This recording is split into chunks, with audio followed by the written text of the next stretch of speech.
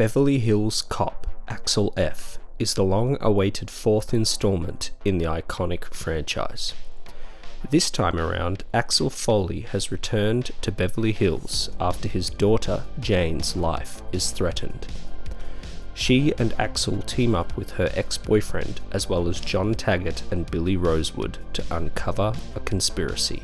I am a big fan of the original 1984 film, and although I've been interested in seeing a fourth film, I didn't have high expectations for it, as the second film from 1987 was only decent and the third film from 1994 was awful. I'm happy to say that this new film is leagues ahead of the third in terms of quality. I would probably rank the second one above this one, but there's definitely a debate to be had there. What works about this new film is Eddie Murphy. It's been a while since I've seen him in anything, and he is pitch perfect here. I frequently had a smile on my face because I love the character of Axel Foley, and not only does Murphy seem to be having a lot of fun here, there are quite a few jokes that made me laugh. Murphy is just as quick-witted and charismatic as ever. Another actor I haven't seen in a while is Joseph Gordon-Levitt. He plays Detective Sam Abbott, Jane's ex-boyfriend and a police detective in the Beverly Hills Police Department, who becomes Axel's new partner. I love Joseph Gordon-Levitt, and it was so refreshing to see him again.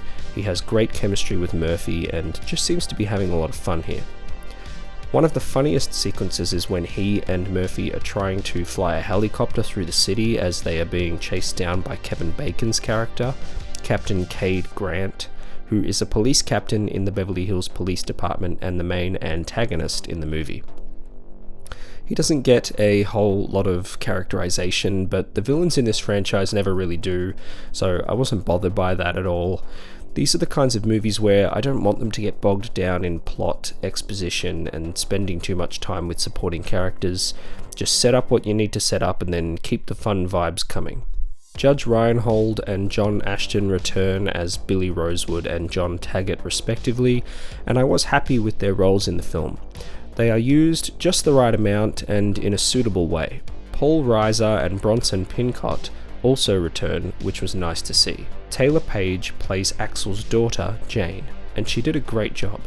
She has great chemistry with Eddie Murphy and Joseph Gordon-Levitt, and you get a nicely executed subplot about her and her father trying to reconnect whilst on this case, as they haven't spoken to each other in years. It isn't serious drama or anything, but it works to beef up the script and give the film a bit of purpose. The film cost $150 million for Netflix to produce, and they have released it straight to their streaming service, without even a limited theatrical run. I don't know why they would want to pay that much money and make hardly anything back in return. I would have seen it in a cinema personally. I am confused at the budget because the film does not look expensive. This is the most expensive of the franchise, but it has that cheap streaming movie look.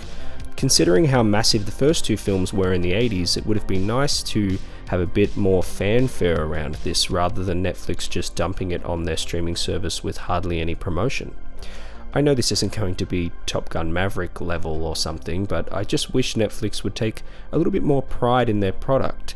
If they did, people would see more value in it. I'm sure it will attract a lot of viewers from home, but I stand by a theatrical release nonetheless. There are a lot of classic songs from the first two films used here, and I was really glad for that. For this reason, as well as the returning cast, the humour, and Foley wearing the same outfit all these years later, the film clearly doesn't shy away from its roots, and whilst it is obviously nostalgic, it feels fresh enough, and that justifies its existence, and thankfully rescues the legacy of the series after the misstep that was Beverly Hills Cop 3. This film is nothing incredible and hardly touches the first film, but if you're a fan of the franchise, I would recommend checking this one out, as it is fun and the gap in quality between this and the third film is wide. The highlights for me were the performances by Joseph Gordon-Levitt, Taylor Page, and of course Eddie Murphy.